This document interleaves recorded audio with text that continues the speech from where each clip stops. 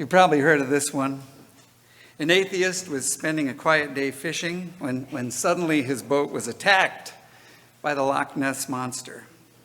In one easy flip, the beast tossed him and his boat high into the air, and the monster opened its jaws, and the fisherman was about to fall in when the atheist screamed, "God, help me!" And at that moment, everything froze in time, right there. And a voice came booming down saying, "Why should I help you? You haven't believed in me for decades." And the fisherman shouted back, "God, give me a break. Just a second ago, I didn't believe in the Loch Ness Monster." Yeah, okay, I know. I know. It's one of those you wake up later and you go, okay, that was kind of funny. Which is to say that faith needs to be tested by our experience. Faith is not a matter of simply ideas in our heads, but something that is tested by our very life and our very hearts. When I talk to folks about God, people who believe in God and people that don't believe in God, both, I end up with the question, well, what God do you believe in? Or what God don't you believe in? People have these different views of who God is. As I've said to you before, I don't believe in a God that's out there that intervenes in here and changes the space-time continuum in order to save one person, but then leave other people not to be saved. It's not that. It's not only that's a very difficult God for me to believe in, one who would let some fall and would let others stand, but I believe it's an unnecessary idea. I mean, to believe in God doesn't mean that you won't have a life without suffering in it. Everyone suffers. Every person, even those who you imagine has it so much better than you, even those people, they suffer too. It is part of the human condition. I do believe that in this web of creation that God has given to us, the presence of God permeates. And that while we need to accept the fact that life is difficult, we also need to accept that we know only a small percentage of the way the world works. Many things happen through this interconnected web of God's creation that are beyond our direct awareness. I do believe that there is a mystery in creation that transcends us all individually, a presence that calls us and connects us and opens doors to new possibilities. And we simply need to keep our hearts and minds open to see what the possibilities are. However, it's not that easy to keep our minds and hearts open to what the possibilities are that God might be working in this interwoven creation of which we are a part. It isn't easy because our hearts and minds have already been shaped. They've been shaped by the assumptions of our culture. We value those things that can be measured and consumed. Therefore, success is measured by what we can purchase. And those who can purchase more, guess what? They're valued more. And more than this, in a measurable and consumable reality, we see ourselves and each other's as objects that can be bought and consumed. We think people should be a certain weight, a certain body shape, certain race and color, a certain age, a certain personality, a certain political persuasion. And if they fit into all of those things, then maybe they would be fine to be our friends. But otherwise, our friends, reflect who we are. And we want to be a purchasable commodity as well. And if things aren't working out with this friend, well, there are plenty of more people out there. Just hop on Facebook and you can find out. And we can walk away from a friendship rather than hanging in there and doing the hard work of seeking to understand one another and, when necessary, forgiving one another. And on top of this, we judge ourselves mercilessly with these cultural assumptions. We try to live up to the Joneses and Johnsons and everybody else whose last name begins with J. And this, by the way, leaves us lonely with a vague sense that we are somehow inadequate and we really don't have people that we can trust. That's where our cultural assumptions bring us. But look today at this text that Steve read for us from the book of Acts. Awe came upon everyone because of the signs and wonders being done by the apostles. All who believed were together and held things in common. They would sell their possessions and give the proceeds to those in need. They worshiped God together. And they broke bread together with glad and generous hearts. It's difficult to understand how amazing this text is, because it's written to a people who are in an occupied country. They are occupied by the Roman army.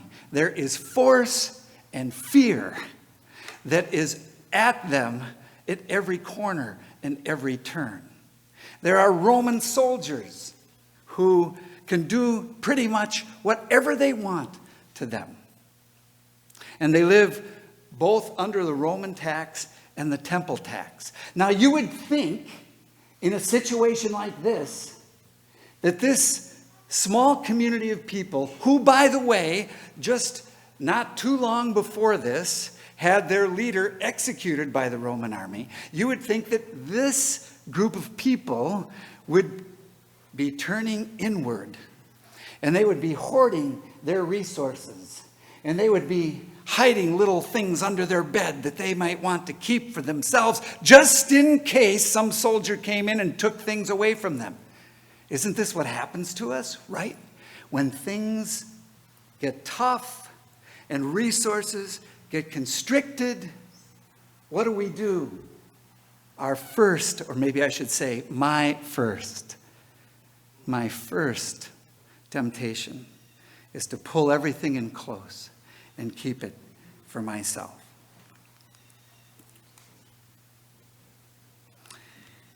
And yet here is this little community. The signs and wonders of the apostles pointed to a deeper reality that had been revealed to them as they walked along with this fellow Jesus. They realized that all humans are children of God. And consequently, if we're to follow, we are to love God. And we are to love all people. That all people are created in the image of God. And though suffering exists, joy is still possible. That the presence of God permeates our lives, and no matter what our body shape, our economic status, our race, our skin color, our political persuasion, bosh to all of those. That's not a direct quote from the early church, but that's what they mean. Bosh to all of these cultural assumptions. Because we are called to be a witness to a different reality, to something that we believe is at the root of all being, is at the heart of your life and mine and this entire world. And that is that we are to be a witness to the presence of God, to live by faith in this God, to feast with joy, to share our lives with each other and the world in the same way that God has shared the world with us. And so we call others to leave the shallows of our cultural assumptions and to find the depth of meaning, of love, in the community of faith, and therein discover the joy of the Spirit. We do not exist for ourselves. We're a people of faith, and faith is a feast of sharing. Those of you who read my Southwind article, and I'm sure you wait at your mailbox for it to come every month. So can't wait to see what Denny had to write this month. Those who read it, you know that our theme for this year is faith is a feast of sharing. And this reality is spoken to in this text that is read here today. I can think of nothing that I long for more than to feast with others with a glad and generous heart. Those times where I feel lost, on the edge, despairing, you know what I want? I want to be together with people who I know I can trust, and people who can trust me, and people who see the world in such a way that they're aware that trust and hope are the only way to live. And to live by fear and anxiety and force is a road down toward death, living death. We are called to be a people of glad and generous hearts. We are called to be a people of faith in God, not faith in our cultural assumptions, but faith in God. And that faith is a feast of sharing. Well, I have a little complaint I want to register. And that complaint is about the internet, which I love. However, the internet has this habit every week of finding all the stories that are out there and then sending them to your email box. And so you have all these stories, and preachers all over the country, we don't get to use them on Sunday because the stupid internet used them already. Then I start telling a story and you go, oh yeah, I saw that one on Upworthy, to Upworthy, and all the other places that tell those stories, so that, okay, you get to my general drift. Life is joyful and wonderful. Yeah. Well, there was this story, and I'm sure that you saw this picture, right? It's these African boys who are sitting in a circle. I'm sure you saw it. They're like ages from, early elementary school up into high school age. And they're sitting on the ground in a circle. And they're close enough that in the center of the circle, their feet are all together. You saw that, right? Yeah, their feet are all together. It has a remarkable effect on you just when you look at it. And you see all these young men and these boys gathered together so closely.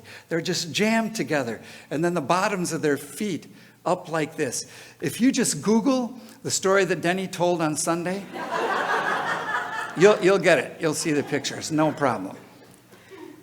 So I was interested in this picture and what this picture was about. Well, what I discovered was that an anthropologist had come to these boys in Africa and had done a bit of an experiment with them. He took a basket of sweet fruits and set it under a tree. And then he said to the boys, the first one that gets there gets the basket of fruit. And then he said, ready, get set, go.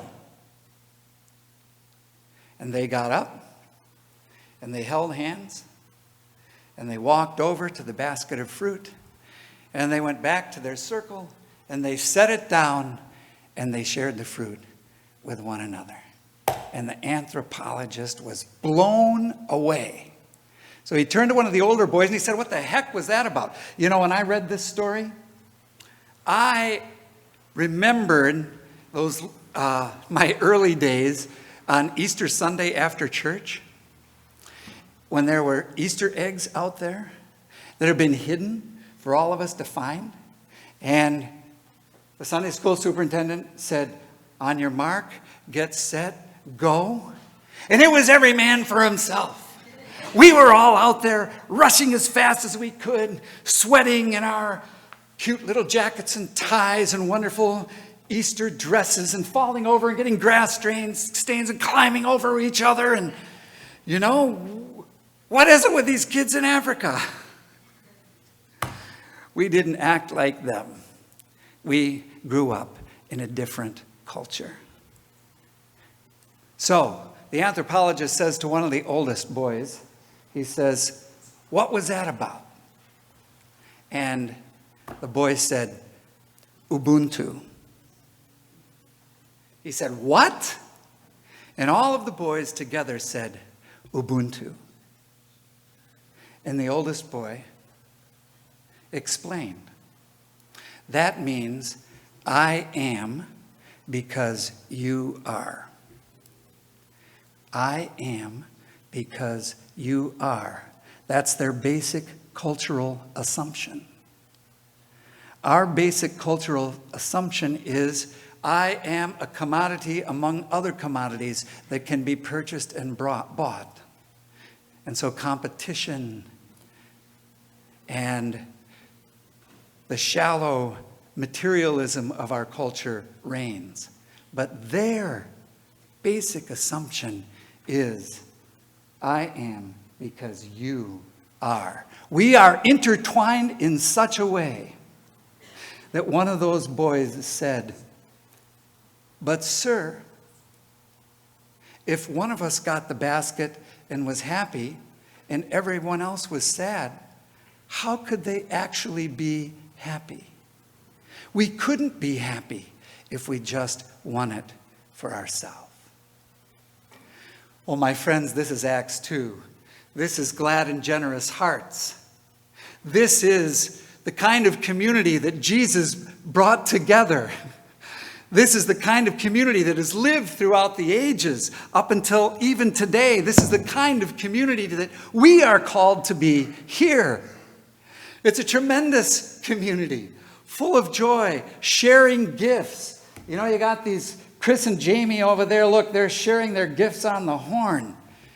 That's pretty good, huh? Yeah. And John bangs away on the drums, right? Great stuff. And look at these guys up here in the choir. They did this a cappella number for us today. This is wonderful. Where do you get this? This is a great thing that they are able to share and we are able to receive, and we share with them in response to them. But of course, it's not only here, it's over there next door too. Thank you for the thanks for those who are teaching our kids. Look at the sharing that is going on there. Sharing both from adults and children. And of course it goes on all over in our caring ministry, on our property ministry, through our deacons. It goes on in every group in this church. And this is because we believe and live by the assumption that faith is a feast of sharing. That's what it is. If you're not feasting, if you don't have some joy with others, if you're not sharing in some way, you've got to find your way into faith. Faith in this God who has given this world to us. Faith in this God whose very presence connects us to each other and to every person on the planet. Faith in this God who may not be out there. You don't have to believe the way I do. You have to believe the way that you believe in this. But faith in this God who treasures all humankind. Let your experience test this. Be like the atheist. Let your experience test this. You try sharing more than you usually share. You try feasting with other people, maybe people you don't even know. Give it a shot. And I believe down to the bottom of my toes, and I got to tell you, the older I get, the less I believe. But the more deeply I believe those things that I do believe. And I believe if you test this out, faith is a feast of sharing. You will not be disappointed. Your life will bubble up and run over.